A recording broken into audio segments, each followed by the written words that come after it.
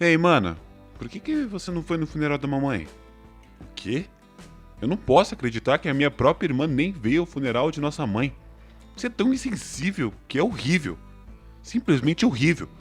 Isso não é algo que uma pessoa decente faria. Fiquei perplexo com o telefonema repentino da minha irmã. Isso porque a nossa mãe já havia falecido há 3 anos. Tivemos um funeral adequado. Eu não sabia do que a minha irmã estava falando. Sou casada e trabalho. Fui abençoado com filhos. Como nós dois trabalhamos, nos certificamos de dar aos nossos filhos amor e atenção extra, para que eles não se sintam sozinhos. Meu marido me apoia tanto nas tarefas domésticas quanto nos cuidados com os filhos, e tem orgulho da nossa família. Eu tenho um forte desejo de não permitir que meus filhos experimentem as mesmas coisas que eu experimentei. Os meus pais se divorciaram quando eu estava no ensino fundamental, devido ao caso extraconjugal da minha mãe. Meu pai descobriu sobre o caso porque eu disse a ele. Embora muitas vezes se pense que as crianças sempre ficarão do lado da mãe, não foi o meu caso. A minha mãe estava longe de ser a mãe ideal que todos imaginam. Não tenho lembrança de ser amada por ela. Eu tenho uma irmã mais nova, mas a minha mãe só a adorava. Era como se até mesmo gastar tempo com as tarefas domésticas fosse um desperdício. Então, todo o trabalho doméstico foi deixado para mim. É mais correto dizer que foi forçado para mim. A minha mãe me desprezou por revelar o seu caso e me odiou mais do que nunca. Ela constantemente me repreendia por contar e eu fiquei com cicatrizes físicas e emocionais. Quando o divórcio foi finalizado, ela pegou a minha irmã e foi embora. Ainda graças ao meu pai e avós, mantive um relacionamento com a minha irmã, onde nos encontramos regularmente. Mas quando eu entrei no ensino médio, o número de vezes que via minha irmã diminuiu. Eu pensei que era um problema de tempo, mas parecia que a minha irmã estava evitando me encontrar por algum motivo. Eu perguntei a ela se eu tinha feito algo para aborrecê-la, depois de ser recusado algumas vezes. De acordo com a minha irmã, a nossa mãe disse a ela que a nossa família ter desmoronado foi minha culpa. Do ponto de vista da minha mãe e irmã, eu era a traidora da família. A minha irmã disse que se ela continuasse encontrando com uma traidora como eu, ela seria a próxima a ser abandonada. Ela não suportava mais entrar em contato ou me encontrar pelas costas de nossa mãe. Ela queria que eu parasse. Expliquei que a nossa mãe foi quem nos traiu primeiro, traindo nosso pai e fazendo com que a nossa família se desintegrasse. A minha irmã sabia do caso da nossa mãe, só que fui eu que contei para o nosso pai.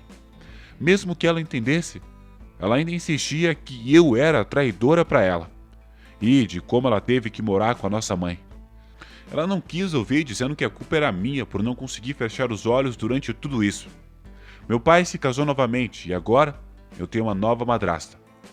No começo foi estranho, mas a minha madrasta sempre fez o possível para ser a figura materna ideal. Vendo os seus esforços, eu decidi valorizar minha nova família e madrasta. Parei de entrar em contato com a minha irmã e antes que eu percebesse, tínhamos nos separado completamente. Eu não tinha sentimentos persistentes por nossa mãe biológica, que só amava a minha irmã. Consegui ir para a faculdade e um emprego, justamente quando pensei que poderia finalmente pagar meu pai e minha madrasta. Meu pai faleceu em um acidente de carro. Apesar de nos distanciarmos, informei a irmã que nosso pai havia falecido. No entanto, a minha irmã não ofereceu nenhuma palavra de condolências. Depois de eu dizer, bom para ele, ela riu com desdém. Achei que ela ainda viria ao funeral, mas a minha mãe biológica e a minha irmã nunca apareceram. No entanto, quando discutimos a herança de meu pai mais tarde, a minha mãe biológica e minha irmã apareceram de repente. Todos os presentes ficaram surpresos com seus trajes e maquiagem chamativos e inapropriados. A sua maquiagem pesada as tornava bastante reconhecíveis, com a mãe e a irmã de quem me lembrava. Fiquei surpresa que ambas pareciam gostar de se vestir de forma tão ofensiva. Pelo menos nos diga a data para decidir a herança. Tínhamos que verificar todos os dias porque não sabíamos quando começaria. Desde o final do funeral até hoje, a minha mãe estava assistindo por perto, esperando participar das discussões sobre a herança. Eu acho que ela deveria ter aparecido no funeral em vez disso. Isso porque a discussão da herança foi marcada para hoje, o mais rápido possível após o funeral. por causa do que você disse, a minha pobre filhinha vai ter que sofrer. Vai nos dar uma quantia justa, certo? Mesmo que eles se divorciassem e vivessem separados, os filhos ainda têm o direito de herdar. Não tinha intenção de recusar que, em primeiro lugar, mesmo que o patrimônio pessoal de meu pai não fosse tão grande, eles poderiam ser distribuídos entre a família. Eu posso ganhar meu próprio dinheiro trabalhando, e a minha madrasta ainda é jovem o suficiente para continuar trabalhando. Ela parece estar planejando trabalhar por mais um tempo. Então, mesmo que eu desse a propriedade de meu pai para minha mãe biológica, a minha madrasta não teria dificuldades financeiras. Além disso, eu não queria mais disputas. Então, decidi reivindicar a herança de meu pai. Que homem estúpido! Ele fez tanto barulho por causa de um caso simples e queria o divórcio. Eu concordei com o divórcio porque o fato de ser um homem de mente tão mesquinha fez meu próprio coração se estreitar também. Sim, não foi nosso pai que terminou com a mãe, foi a mãe que terminou com nosso pai mesquinho. Pobre irmã mais velha, por viver com um pai assim. Minha mãe insultou e ridicularizou meu falecido pai. Rindo grosseiramente, a minha irmã começou a depreciar o meu pai também. Minha irmã até xingou, dizendo que era lamentável ter sido criada por um pai que foi abandonado pela mulher. Nenhum deles demonstrou empatia ou compreensão pela tristeza e perda do meu pai. Você pode dizer o que quiser sobre mim, mas não me fale mal do nosso falecido pai. O quê? O que a traidora está dizendo? Você é a raiz de todo o mal. Isso é certo, e o que há com esse olhar simples? Você não parece ter 20 anos, porque você parece mais velha que a sua mãe. Com essa aparência, você provavelmente não tem namorado, né? Se você não consegue atrair um homem, qual o sentido de ser mulher? Se você acha que não, então você está cheio de defeitos como mulher. Depois de uma discussão intensa, a minha irmã e minha mãe me disseram um monte de coisas e saíram.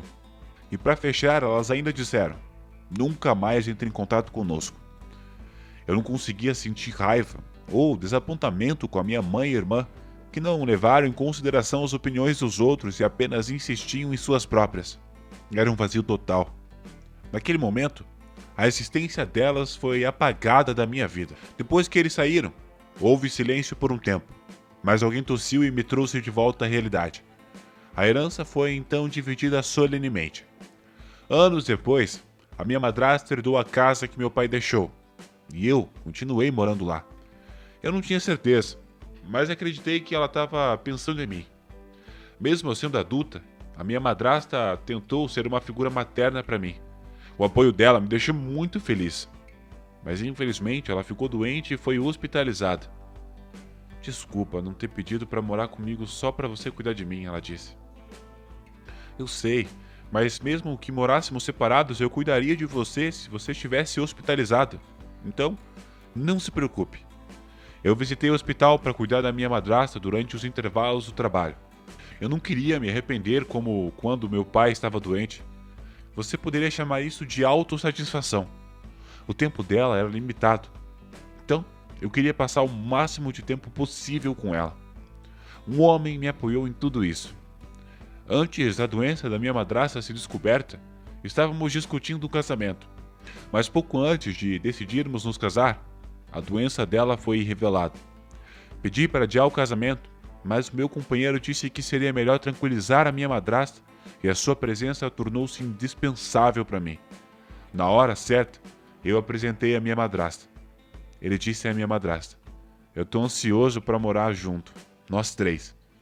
Ele é uma pessoa maravilhosa.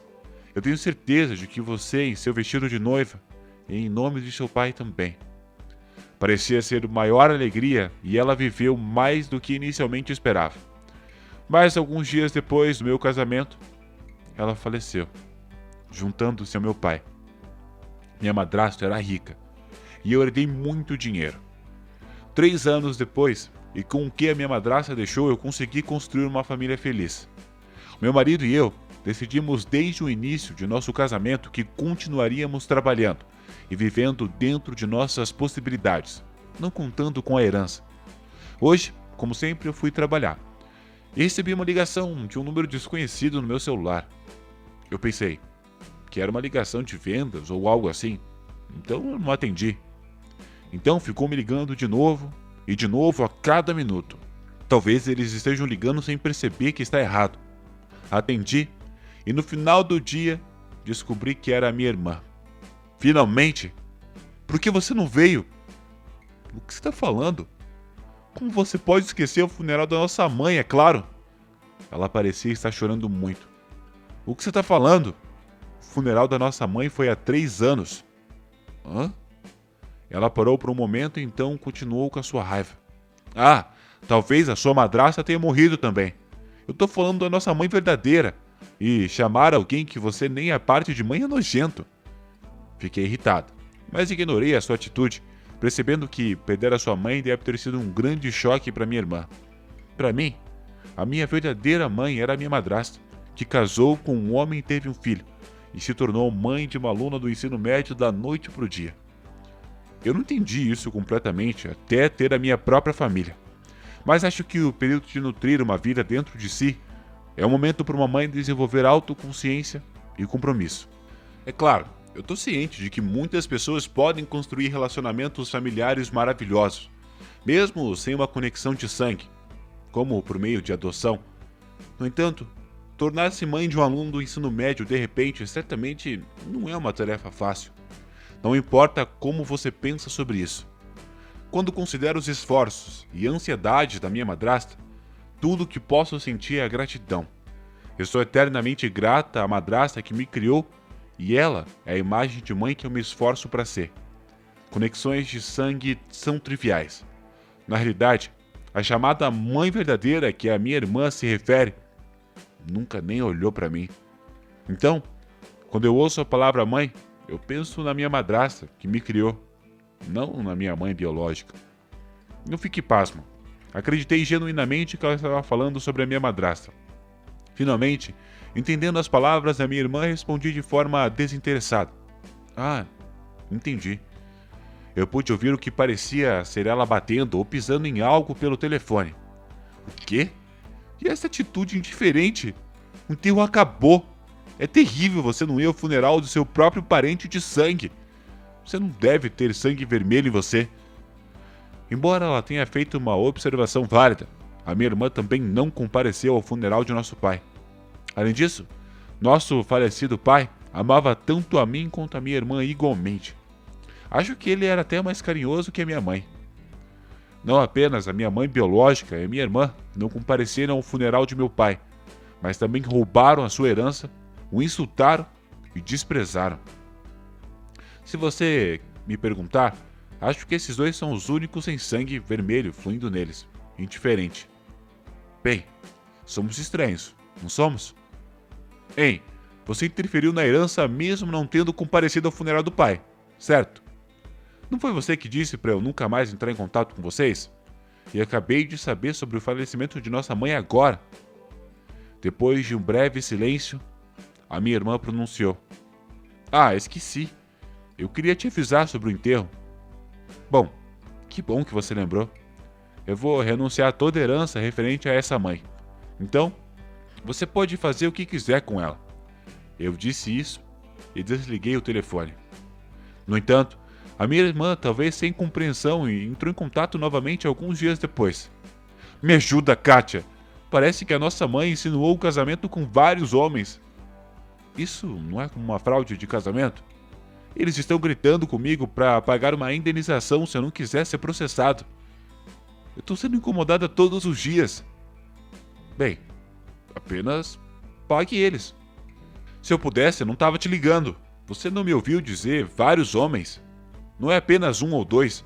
Alguns deles parecem bem perigosos também. Poxa, isso é difícil.